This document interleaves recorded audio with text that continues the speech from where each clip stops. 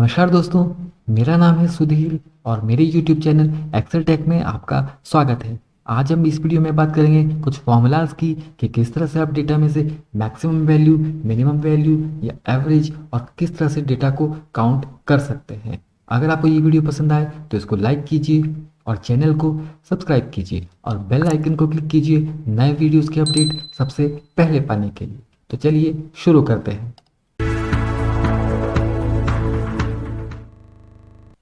आप देख रहे हैं मेरे पास यहाँ पर एक डेटा है जिसमें मुझे मैक्सिमम वैल्यू और मिनिमम वैल्यूज़ वगैरह फाइंड करनी है। तो किस तरह से आप मैक्स और मिनिमम वैल्यू फाइंड करते हैं, चलिए शुरू करते हैं। जो भी मेरे पास डेटा है, मान लीजिए मुझे ये जीएसटी या टैक्स कॉलम है, इसी में से मैक्सिमम वैल्यू फाइंड करनी है। तो आप एक बार जो भी आपकी रेंज है इसको सेलेक्ट कीजिएगा, देन होम टैब से ही जा करके ऑटो सम, इसके बगल में आपको ये ऑप्शन ड्रॉप डाउन का दिखाई देगा, इसको क्लिक कीजिएगा। यहाँ पर आपको कुछ ऑप्शंस मिलेंगे, इनमें से मैक्स, अगर आपको मैक्सिमम वैल्यू चाहिए तो आप मैक्स इस ऑप्शन को चूज़ कीजिए। देन आप देखेंगे डेटा के लास्ट में एक मैक्सिमम वैल्यू आपको मिल गई। ठीक इसी तरह से अगर आपको मिनिमम वैल्यू निकालनी है तो आप डेटा को सिलेक्ट कीजिए, रेंज को, देन यहाँ से फिर से जा करके मिनिमम इसको क्लिक कीजिएगा। तो जो भी मिनिमम वैल्यू है वो आपको यहाँ पर मिल गई। लेकिन ये वैल्यूज़ आपको केवल डेटा के जो भी निचली रो है, ठीक नीचे वाली ब्लैंक रो, उसमें मिल रही है। अगर आप चाहते हैं कहीं किसी बगल वाली रो में या किसी बगल वाली सेल में जहाँ पर आपको डेटा चाहिए, या किसी नेक्स्ट शीट में जहाँ पर डेटा की ज़रूरत है, वहाँ पर आपको मैक्सिमम या मिनिमम वैल्यू चाहिए, तो वहाँ आपको फॉर्मूला का यूज़ करना होगा। तो फॉर्मूला से किस तरह से आप मैक्सिमम मिनिमम वैल्यूज निकाल सकते हैं, चलिए शुरू करते हैं। आप इक्वल टू, किसी भी फॉर्मूला को आप लगाने के लिए इक्वल टू प्रेस कीजिएगा। इक्वल टू मैंने प्रेस किया, यहाँ पर मुझे मैक्सिमम वैल्यू चाहिए तो मैंने इसके लिए फॉर्मूला लगाया मैक्स, देन इसके बाद स्मॉल ब्रैकेट स्टार्ट किया। इसमें आपको रेंज देनी है, किस रेंज में से आपको मैक्सिमम वैल्यू निकालनी है, तो मैंने ये रेंज सेलेक्ट कर ली। आप एक बार रेंज सेलेक्ट कर लीजिएगा या कंप्लीट कॉलम भी सिलेक्ट कर सकते हैं। इसके बाद आप ब्रैकेट क्लोज कीजिएगा और एंटर प्रेस कर दीजिएगा। तो जो भी मैक्सिमम वैल्यू है वो मेरी यहाँ पर आ गई। इसके लिए मैं आपको डेटा को सॉर्ट करके दिखाता हूँ, क्या यही मैक्सिमम वैल्यू है। आप डेटा टैब पर जाइए, यहाँ से इसको सॉर्ट कर दीजिएगा। तो जो भी मैक्सिमम वैल्यू है आप देख रहे हैं, ये दो वैल्यूज रिपीट है और मैक्सिमम है, तो इनमें से जो भी मैक्सिमम है वो यहाँ पर आ गई। एक बार फिर से कर लेते हैं। मैं इसके लिए एक बार लिख देता हूँ कौन कौन से फील्ड्स हम कैलकुलेट करेंगे।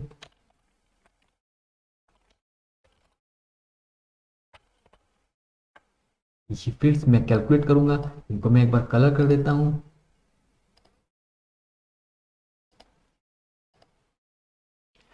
मैक्सिमम वैल्यू कैलकुलेट करने के लिए हम फॉर्मूला लगाएंगे इक्वल टू मैक्स, देन इसके बाद रेंज। रेंज आपकी छोटी हो सकती है या कंप्लीट कॉलम भी आप सेलेक्ट कर सकते हैं। मान लीजिए अगर इसमें डेटा की एंट्री बाद में वापस से होगी तो मैंने इस बार कंप्लीट कॉलम सेलेक्ट किया और देन ब्रैकेट क्लोज किया और एंटर प्रेस कर दीजिए। जो भी मेरी मैक्सिमम वैल्यू है वो यहाँ पर आ गई। अगर मान लीजिए डेटा में फिर से वापस से कुछ चेंजेस होते हैं या नई एंट्री होती है, एक बार मैं एंट्री कर देता हूँ।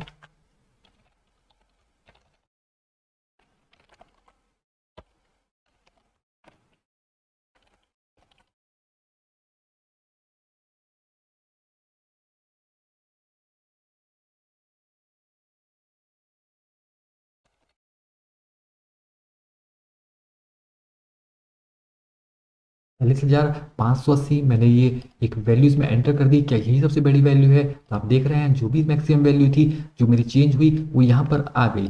एक बार फिर से डेटा को हम सॉर्ट करते हैं। डेटा को मैं सॉर्ट कर देता हूँ, तो जो भी सबसे मैक्सिमम वैल्यू थी देखिए सबसे ऊपर आ गई टॉप में, और वही यहाँ पर आ गई। तो जो भी हमने फॉर्मूला लगाया था इसके लिए मैंने कंप्लीट रेंज जे से जे पूरा कॉलम सेलेक्ट किया था। तो जो भी इस कॉलम में मैक्सिमम वैल्यू, नई वैल्यूज एंटर हो रही है, अगर वो मैक्सिमम होती है तो वो फिर से यहाँ पर आपको दिखाई दे जाएगी। तो इस तरह से आप मैक्सिमम वैल्यू निकाल सकते हैं। मिनिमम वैल्यू के लिए आप फिर से फॉर्मूला लगाइए इक्वल टू, फॉर्मूले की स्टार्टिंग होती है इक्वल टू, देन min, इसके बाद ब्रैकेट स्टार्ट कीजिएगा और रेंज। रेंज आप छोटी सी दे सकते हैं या कंप्लीट कॉलम भी सिलेक्ट कर सकते हैं। ब्रैकेट क्लोज कीजिएगा और एंटर प्रेस कर दीजिएगा। आप देख रहे हैं जो भी मिनिमम वैल्यू है वो यहाँ पर आ गई। मैं आपको डेटा को सॉर्ट करके दिखाता हूँ कि यही मिनिमम वैल्यू है। आप इस जीएसटी कॉलम इसको क्लिक कीजिएगा कहीं पर भी, देन ए टू जेड इसको सेलेक्ट कीजिएगा और जो भी मिनिमम वैल्यू थी वो टॉप में यहाँ पर आ गई। आपने देखा यही मिनिमम वैल्यू है। तो इस तरह से आप मैक्सिमम मिनिमम वैल्यू कैलकुलेट कर सकते हैं, निकाल सकते हैं। एवरेज, एवरेज निकालने के लिए आप फॉर्मूला लगाइएगा इक्वल टू एवरेज, एवरेज मैंने लिखा, देन ब्रैकेट स्टार्ट किया और देन फिर आपको रेंज डिफाइन करनी है, या आपको नंबर्स सेपरेटेड बाय कॉमा लिख सकते हैं। अगर आपके पास नंबर्स हैं एक दो तो आप सेपरेटेड कॉमा से सेपरेट करके लिख सकते हैं, अदरवाइज आप रेंज को सिलेक्ट कीजिएगा, कंप्लीट कॉलम को सिलेक्ट कर सकते हैं, या रेंज छोटी जो भी आपकी वो सिलेक्ट कर सकते हैं। इसके बाद आप एंटर प्रेस कीजिएगा तो जो भी इस डेटा का एवरेज है वो यहाँ पर निकल गया। इस तरह से आप एवरेज कैलकुलेट कर सकते हैं। काउंट, अगर आप चाहते हैं काउंट कराना कितनी वैल्यूज आपके डेटा में है या कितनी स्मॉल वैल्यू, किस तरह से आप काउंट कर सकते हैं स्मॉल रेंज को या बिग पूरे कंप्लीट कॉलम को, इसके लिए आप फॉर्मूला लगाइएगा इक्वल टू काउंट, देन जो भी आपकी रेंज है इस रेंज को सिलेक्ट कर दीजिए। इसके बाद आप ब्रैकेट क्लोज कीजिएगा, देन एंटर प्रेस कर दीजिएगा। आप देख रहे हैं मेरे पास ये जो भी काउंट है या जितनी भी डेटा है वो काउंट होकर के यहाँ पर आ गया। इसमें अगर आप चाहते हैं जो भी डेसिमल प्लेसेस है जीरो इनको रिमूव करना तो यहाँ से आप डिक्रीज डेसिमल कर सकते हैं, या यहाँ से आप जनरल नंबर फॉर्मेट चूज कर सकते हैं। काउंट एक बार मैं आपको और लगा के दिखाता हूँ, यही count formula equal to count. इस बार मैंने ये टेक्स्ट कॉलम डी है जिसमें नाम है इनको सिलेक्ट किया और यहाँ पे छोटी रेंज थी, ब्रैकेट क्लोज किया और एंटर प्रेस कर दिया।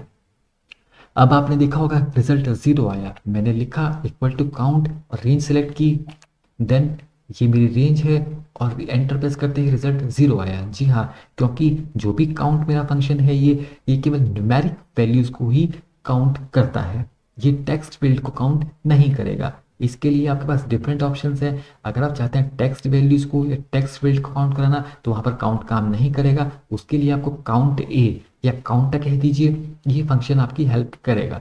तो किस तरह से आप काउंटा का यूज करते हैं चलिए करते हैं।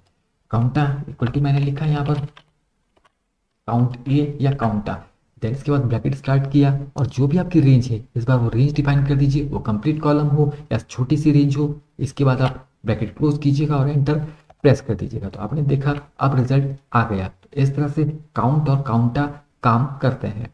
अब आप देखेंगे मान लीजिए मैं इसमें से कुछ ब्लैंक कर देता हूँ या कुछ डेटा को डिलीट कर देता हूँ, तो आप देख रहे होंगे जो भी मेरा काउंट है ये चेंज हो जा रहा है रिजल्ट। तो काउंट जो भी होगा उसमें से ब्लैंक सेल्स को छोड़ करके वैल्यूज काउंट होंगी। ठीक इसी तरह से अगर मैं इसमें से कुछ नाम डिलीट कर देता हूँ